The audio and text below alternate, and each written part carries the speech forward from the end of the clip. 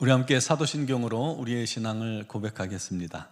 나는 전능하신 아버지 하나님 천지의 창조주를 믿습니다. 나는 그의 유일하신 아들 우리 주 예수 그리스도를 믿습니다.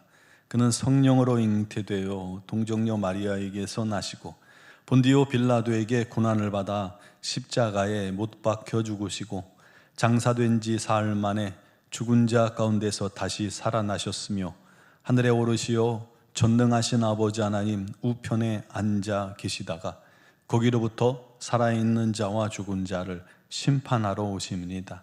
나는 성령을 믿으며 거룩한 공교회와 성도의 교제와 죄를 용서받는 것과 몸의 부활과 영생을 믿습니다. 아멘. 찬송가 384장 찬양 드리겠습니다.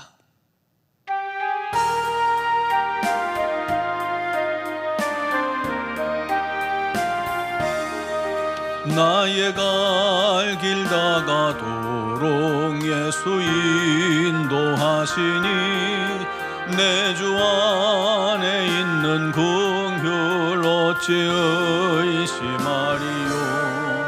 믿음으로 사는 자는 하늘 위로 받겠네. 무슨 일을 만나든지 만사 형통하리라.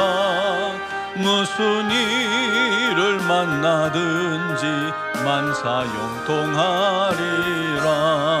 나의 갈 길 다가도록 예수 인도하시니 어려운 일 당한 때도 족한 은혜 주시네. 나는 심히 고단하고 영혼 매우 가라나 나의 앞에 반석에서 샘물 나게 하시네. 나의 앞에 반석에서 샘물 나게 하시네. 나의 갈 길 다가도록 예수 인도하시니 그의 사랑 어찌 큰지 말로 알 수 없도다. 성령 감화 받은 영혼 하늘 날아갈 때에 영영 부를 나의 찬송 예수 인도하셨네. 영영 부를 나의 찬송 예수 인도하셨네.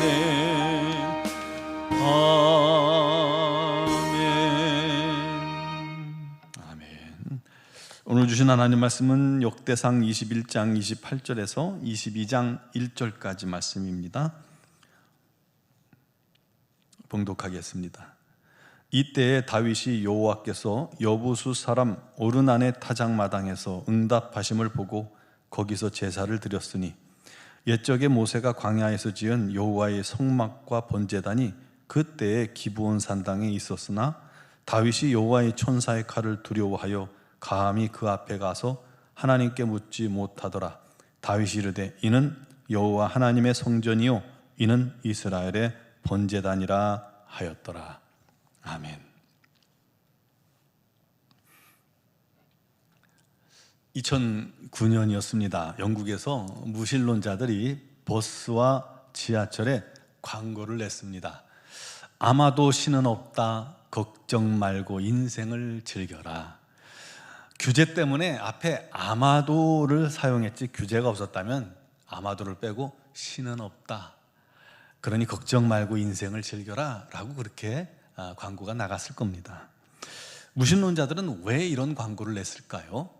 문구를 보면 신이 있으면 인생을 걱정하며 살아야 되고 즐기지도 못한다는 그런 소리도 들리죠. 그렇다면 하나님을 믿는 우리는 걱정 가운데 살아갑니까? 반대죠. 주 안에서 참된 평안과 기쁨을 누립니다.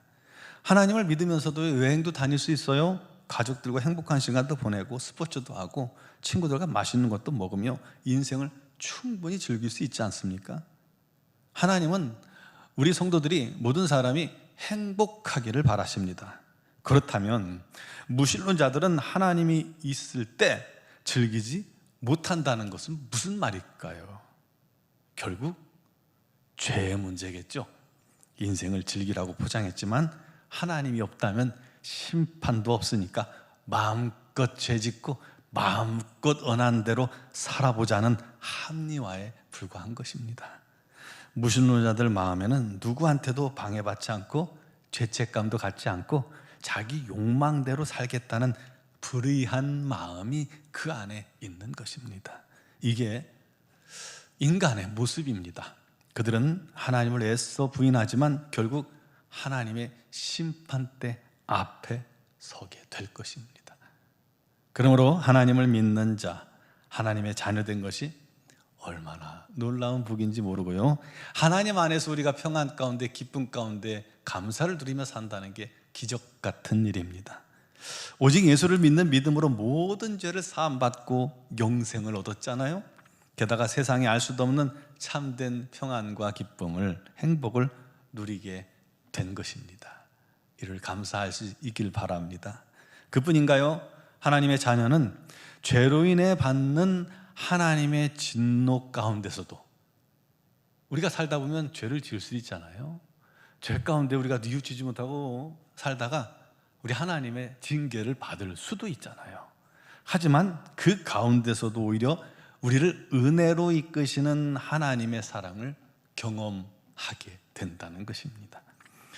오늘 본문에 보니까요, 다윗이 자기 과시와 자기 힘으로 나라를 확장할 수 있다는 교만함 속에서 인구조사를 실시합니다. 사실은 그거보다 먼저 이스라엘 백성들의 죄 때문이기도 하죠. 결국 이스라엘이 하나님의 진노를 받게 되어서 전염병으로 7만 명이 죽는 큰 대가를 치르게 됩니다. 예루살렘까지 멸하려다가 재앙을 그치고 하나님의 천사가 칼을 들고 오르난의 타작마당에 선 것을 다윗이 보게 되었지요. 그리고는 다윗이 장로들과 더불어 함께 땅에 엎드려 베옷을 입고 회개합니다. 하나님, 죄를 범한 자는 난데 이 양들은 무슨 죄라고 이들을 벌하십니까? 차라리 내 집을 치고 이 백성들의 재앙을 그쳐주소서라고 다윗이 눈물로 회개합니다. 그때 천사가 명령하기를 오르난의 타작마당에 제단을 쌓으라는 거예요. 이에 다윗이 급히 오르난의 타작마당을 구입합니다. 오르난을 만나서 타작마당을 상당한 값에 치르고 구입을 하죠.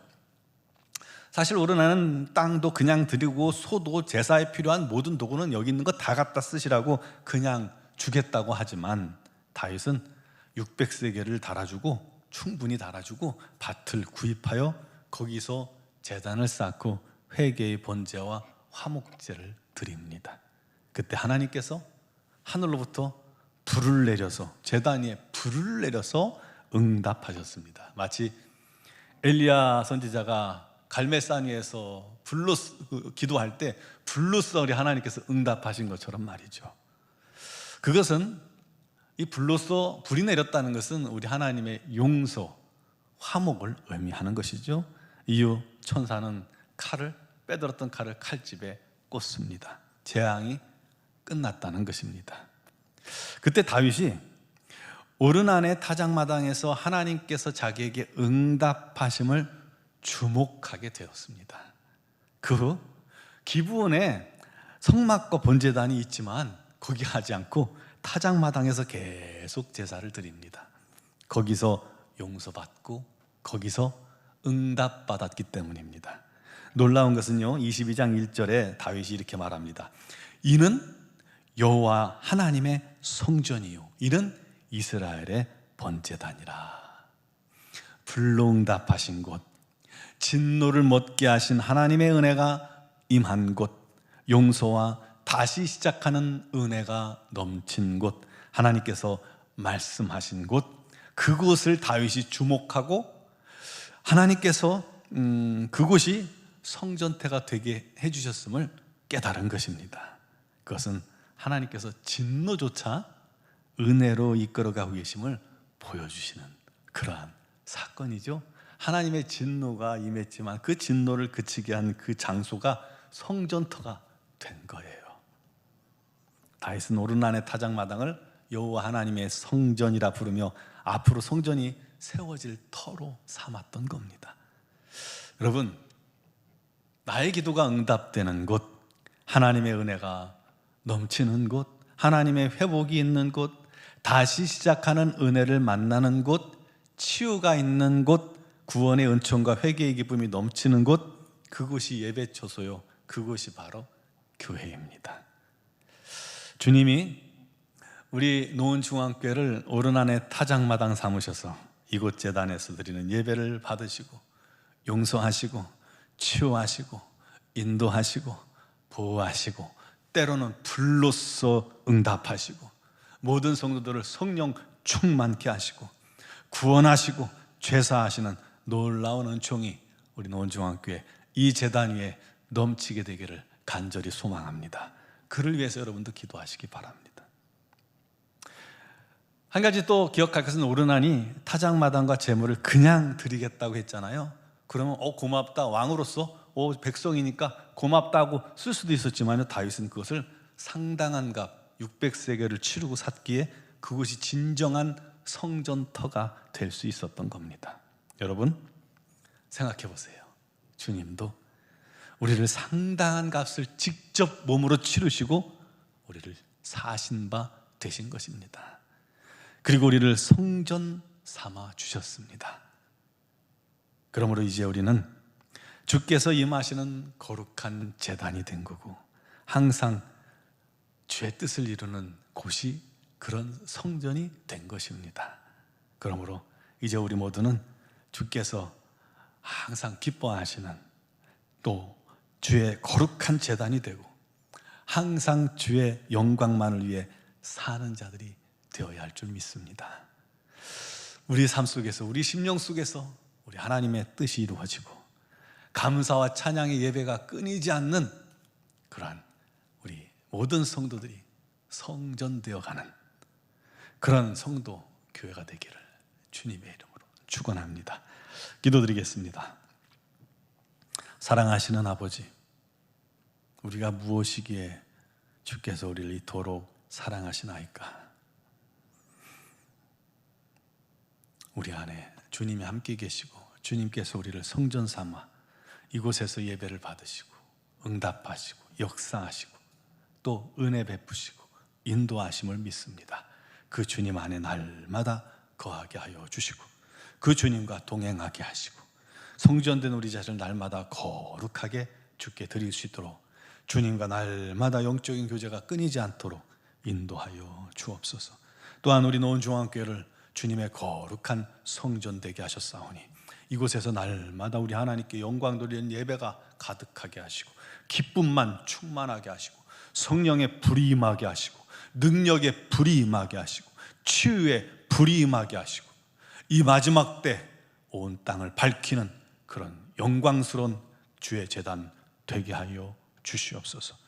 오늘도 주 앞에 나온 사랑하는 성도들이 믿음으로 간구하는 기도에 우리 주님 응답하옵소서. 특별히 육신의 질고로 눈물 가운데 기도하는 사랑하는 성도들을 주님께서 기억하시고 우리 하나님의 치유가 그들 가운데 임하게 하시고 반드시 우리 하나님의 능력으로 깨끗함을 얻고 강건함을 얻어 우리 하나님의 뜻 가운데 살아갈 수 있도록 역사하소서. 직장의 문제, 사업의 문제, 또 자녀의 문제, 또 경제적인 어려움의 문제, 정신적인 문제, 그것이 무엇이 되건 우리 하나님께 맡기고 다 아뢰할 때에 우리 하나님께서 담당하시고 새롭게 하시고 치유하시고 강건케 하셔서 우리 하나님의 뜻과 영광을 위해 귀히 쓰임받게 하시고 특별히 우리 노원중앙교회 모든 성도들이 우리 하나님의 산 증인들이 되도록 주님께서 세워 주옵소서.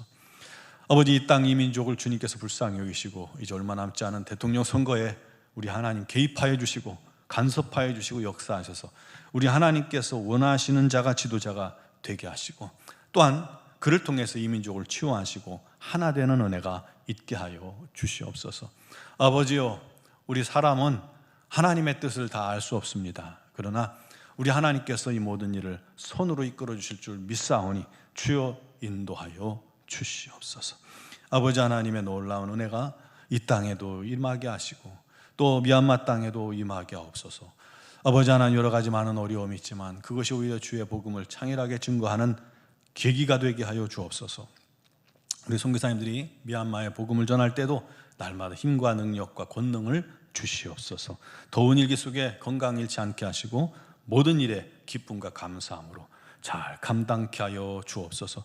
오늘도 주의 놀라우신 이름 앞에 믿음으로 나아가 기도하는 성도들, 그리고 영상을 통해 예배하는 모든 심령들에게도 우리 하나님 주의 이름을 부르며 기도할 때 역사하시고 응답하여 주옵소서. 예수 그리스도의 이름으로 기도드리옵나이다. 아멘.